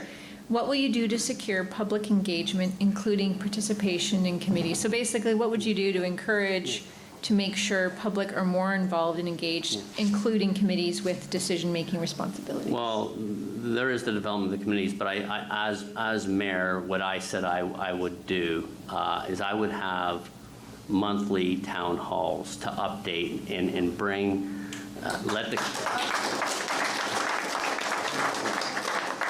I wasn't even finished yet. But because I think I should be able to make myself accessible at a town hall once a month to answer the questions and give you whether there's good news or bad news, because that's how we're going to get through this together, is not just giving you the sugar-coated version, but let you know the challenge we're facing. And sometimes the public will give us the solution we don't see. So Thank you. Okay, David, going down this way here, your ideas for increasing public engagement. The main point is to make it easy. Just like we saw with online voting, we want to make it easy. There are lots of people who want to be involved, but there are roadblocks put in place to make it hard to be involved. I think that's a great idea to hold town councils, because that allows residents to have a frequent place to hold us accountable. And if we're here, which I believe most of the people here are here for the right reasons, is we want to be held accountable. We want to know whether we're doing a good job or not. And so we need to provide venues and avenues, and not resident code of conducts, to be able to let residents provide feedback. The whole point of this job is to represent you. If you can't talk to us, how do we know whether we're doing a good job or not? So increase engagement by decreasing roadblocks and allowing residents to make their concerns heard. I 100% agree with what both of you just said. I think that one thing that would make it a lot easier is send out those emails on that scary internet with a link to, here's a meeting, here's a town hall meeting happening. I'm going to admit something to you. Even in the 20 years that Mom has been here, I've been into the Oro-Medonte municipal building 4 times. And that's just because it was this big sort of institution that wasn't very familiar, and it's nothing to say with the staff. The staff are all very nice in there. When I was there to to hand in my signatures, there was a town hall meeting going on. My understanding was that there were still COVID restrictions that were going on. They weren't, so we could have all been at that meeting. And this was the tourism pamphlet that they paid for that said that STRs are beneficial for tourism. So not just making it accessible, but being friendly and front-footed about it. I think sending people those emails and saying, hi guys, town meeting on Saturday, love to see you, please Zoom or show up. And I think that's, you really utilizing the internet and really getting people engaged, because it's the way forward. Thank you.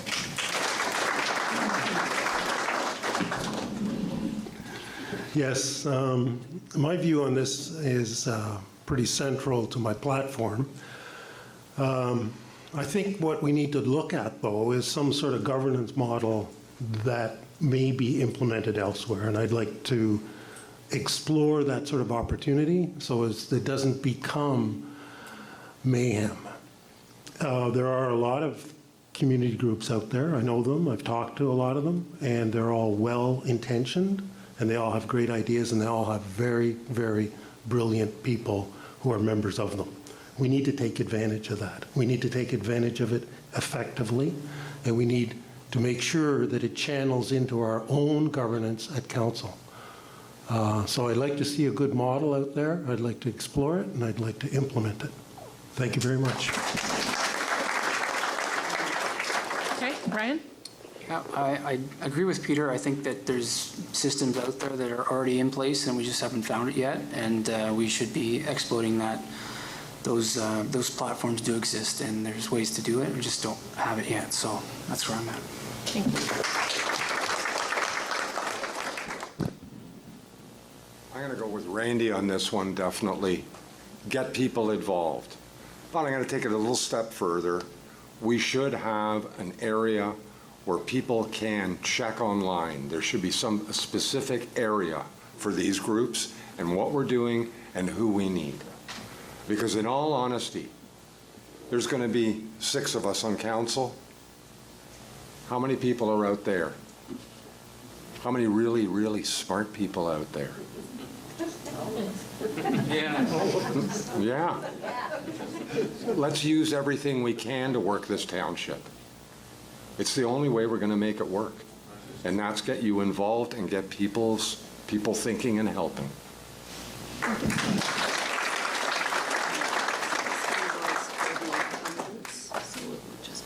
Okay. So it's for the incumbents. Okay, we got another just for the incumbents one. So candidates, you can take a breather. Randy, maybe not as much. This was for Randy, Harry, and Kathy specifically, but just for Randy tonight. Okay, this is what reasoning was behind your voting in council to allow the new development of Eagles Rest to double in size, especially considering the environmental sensitivity of much of the surrounding area. So I guess just to justify your vote, I guess. Randy? Well, I vote, is my mic on? Sorry. So I voted against the doubling of the intensity. And it was for a couple. One is the environmental impact. What it has become is an urban subdivision. It doesn't fit into the cultural, rural heritage of our communities that we currently have. And we just finished fixing the main entrance into Sugarbush to make it further down because of the safety reasons. Where the main entrance comes out now of this facility is on a windy decline. It's not as steep as Sugarbush, but it still is a decline. And you got 200 and some homes coming in and out of there before a stop sign. So, you know, there were a multitude of reasons why I voted against it, but I can't say why it was passed because I didn't vote that way. Thank you.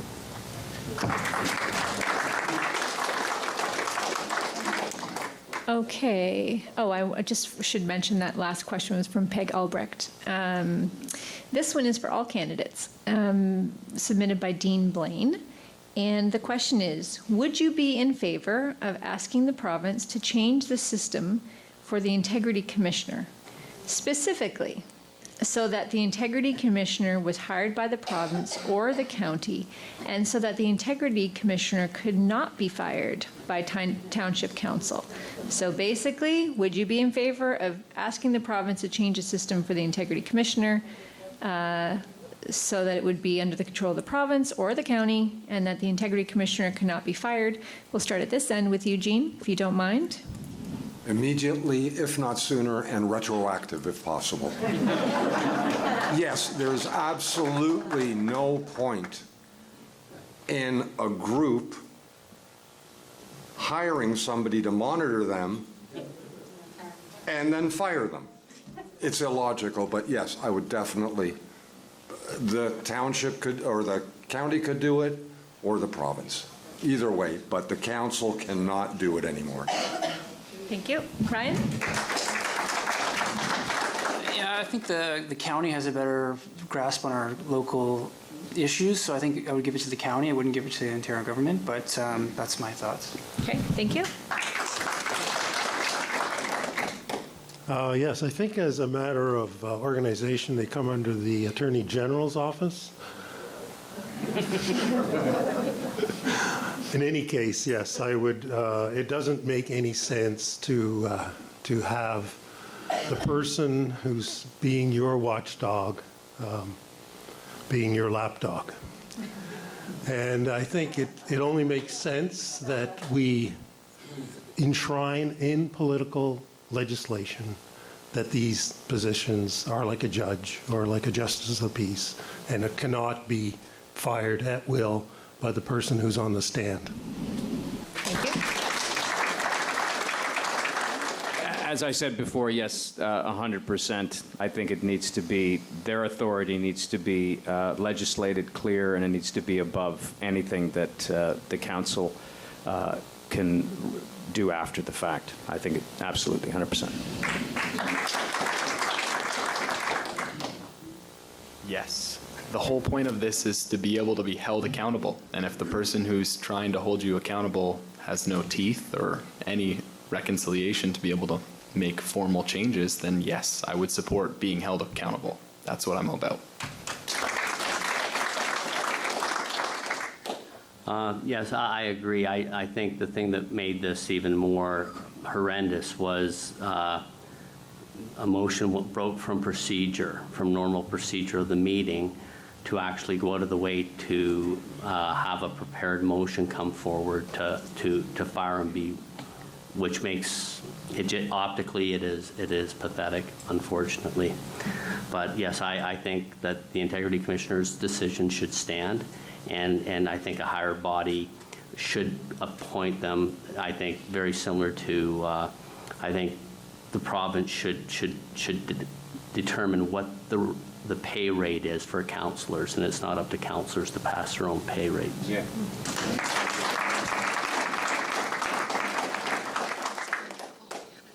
Okay. Another question for all candidates submitted by Lillian McConnell or McDonald? McConnell. Sorry. Oh, yeah, that's right there.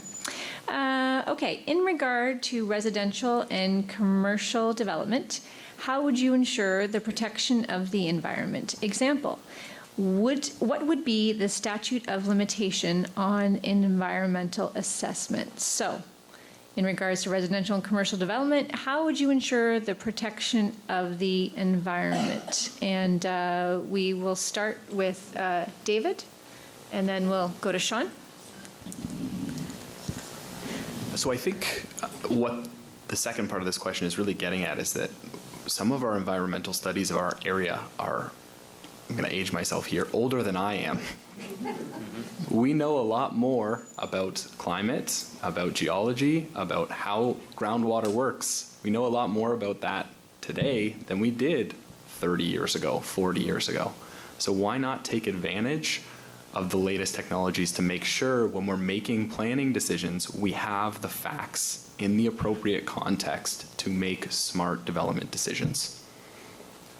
I don't know what the power that I would have as councillor in order to enact that, but I think we should have reasonable facts to make decisions based on. We should not have 40 or 50 or 60-year-old data to make our decisions. Yeah, to echo that, in terms of statute of limitations, it needs to be a subjective environmental study that's pertinent to whatever is going on at that particular moment in time. So any historical environmental studies would be thrown out, because climate is changing so fast right now, and we have the science and the technology. So bringing it up to date, and again, this is a very much a science-based issue. In terms of that, the science will talk for us. And then in my mind, I think it's very, very important for a council and for the mayor's office to, in order to protect this environment, we have to listen to the science, no matter what side of the political divide we sit on. And yeah, that's what I feel. Thank you. Thank you. I got my second win back, so we're going to switch it up again. Yeah, Ryan, and then Jean, and back to Peter. I'm not familiar if Oro has an environmental coordinator, but I think that they have the knowledge. They could kind of steer us in the right direction as a staffing person. They would be able to kind of give you the background and what we need to know as council, because we can't be expected to know everything, but we'd have to rely on our staff. So introducing a job as an environmental coordinator for the town would be one thing that I would look to do. Also relying on those new reports and environmental assessments that are being completed. So yeah, I'm not environmental at all, so I would have to go to the experts on that.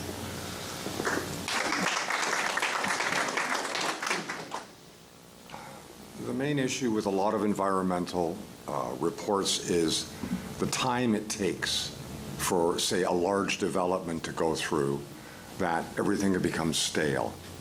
One of the things that can be implemented and would be implemented is environmental reports have to be within the last 2 to 3 years maximum. You can't have outdated stuff.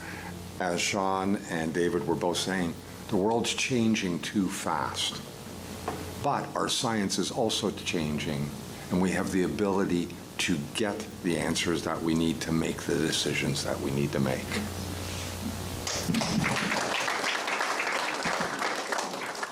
Peter? Thank you. This is a relatively new and emerging governance area called environmental and social governance. There are some models currently around. ISO has issued one just recently. But having said that, what I did ask the township with regard to flooding along the shoreline was, where's their risk analysis and where's their climate change impact assessment study? They don't have one, or they didn't provide it, one of the two. They refused, they didn't answer the question. It's a very relevant question, and everybody's touching on very much the same issue here, which is it's also a very dynamic question at the moment because things are changing rapidly and in ways we haven't seen before. The 100-year storm is now 10 years, 5 years, 2 years. We need to look at this seriously if we're going to protect our real estate, if we're going to protect our houses, if we're going to develop this community. So, great question. Thank you very much, Lillian. Thank you. Okay, Randy, you get to finish this question.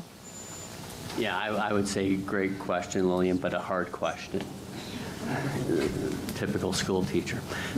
So, this is a very complex matter because so much is a challenge. The mapping of where environmental EP lands are, there's always a lot of challenging things have changed. So I think the best thing we can do at this time is really work collaboratively with our CAs, so like the SSEA and Lake Simcoe and NBCA. They all have a mandate to follow the procedures, and they do a very good job of it. I know we get frustrated on how long it takes for them to get some of their reports, but they are working with a limited number of employees, and the number of reports come in droves is mind-boggling. So right now, I know it's not perfect. We need to correct a lot of things and get things up to date. It moves slow. But I think we really do have to take advantage of working closely with our CAs to make this work as best as possible.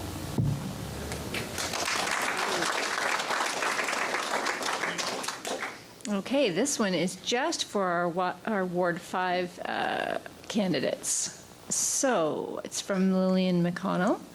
And I'm not from the community, so I guess that must mean something.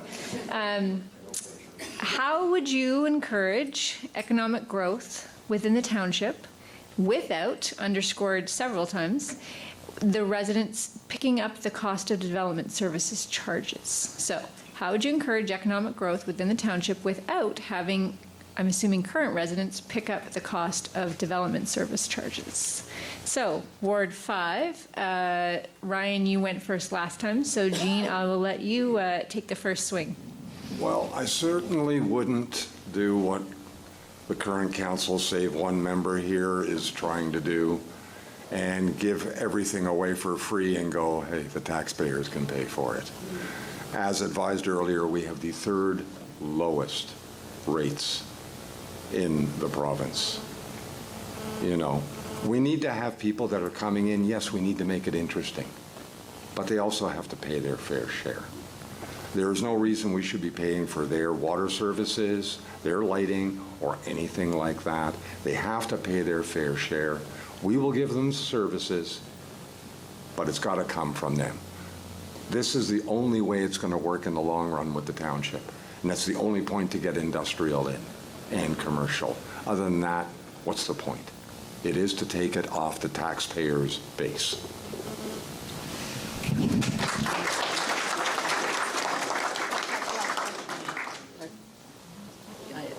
Okay. Go ahead, Ryan, sorry. Okay, sorry about that. Yeah, development, there's a cost to development, there's a cost to the developer. The developer needs to pay their fair share. If we are in the bottom third of all municipalities in the area, then he's getting a good deal where he's going. Barrie is bursting at the seams, Aurelia is bursting at the seams. If they want to do business here, pay the piper and pay the development fees. The residents shouldn't be on the burden for that. So I believe that the developer should be paying, and they'll make it attractive. They'll make their money. So. Thank you. All right, folks, I've been told that we're near the end of our time there, so that was our last question. I'm going to pass it over to Linda here in a second, but I just want to thank you, audience, for welcoming me here tonight and allowing me to moderate this. Candidates, it was great to hear from all of you. I know it's 2 hours sitting, can be quite a bit, and thank you to Jack for bringing your proverbial hockey stick. Bringing my finger? Yes, and most importantly, I want to thank the volunteers who organized tonight. Even though democracy technically is a noun, it's a verb, and the people that put together tonight put a lot of hours in, a lot of time, a lot of blood, sweat, and tears to provide a service to all of you, and I know that you're all grateful for it, but just as a reminder, it's democracy. A healthy democracy isn't anything that we're owed.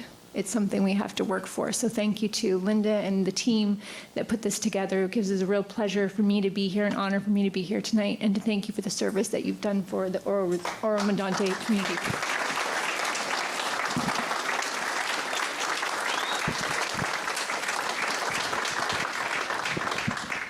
Thank you, Margaret. I'm a little in awe of how this evening's gone. I would like to, I don't know how to thank everyone. Everyone in this room.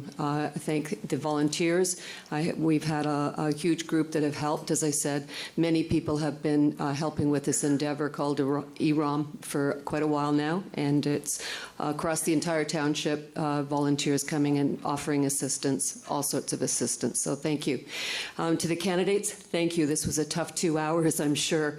I'm not sure I would have wanted to be in any of your chairs. So well done, and thank you for being so committed to this process.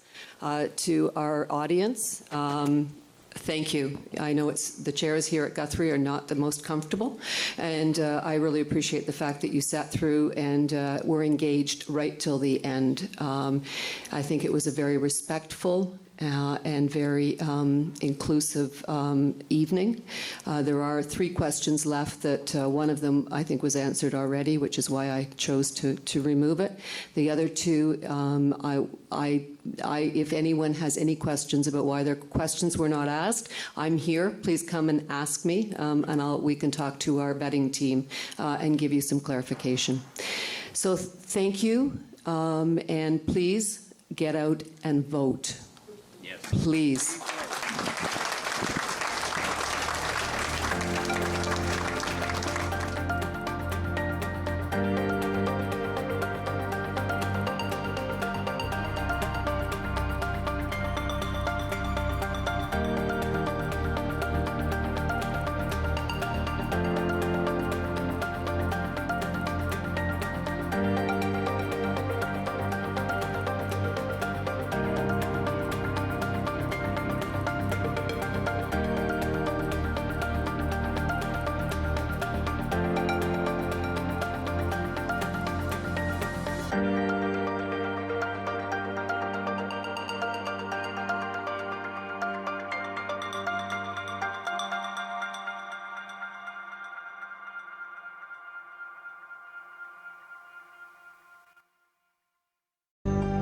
Call the Rogers TV viewer response line, email us, or connect with us on social media.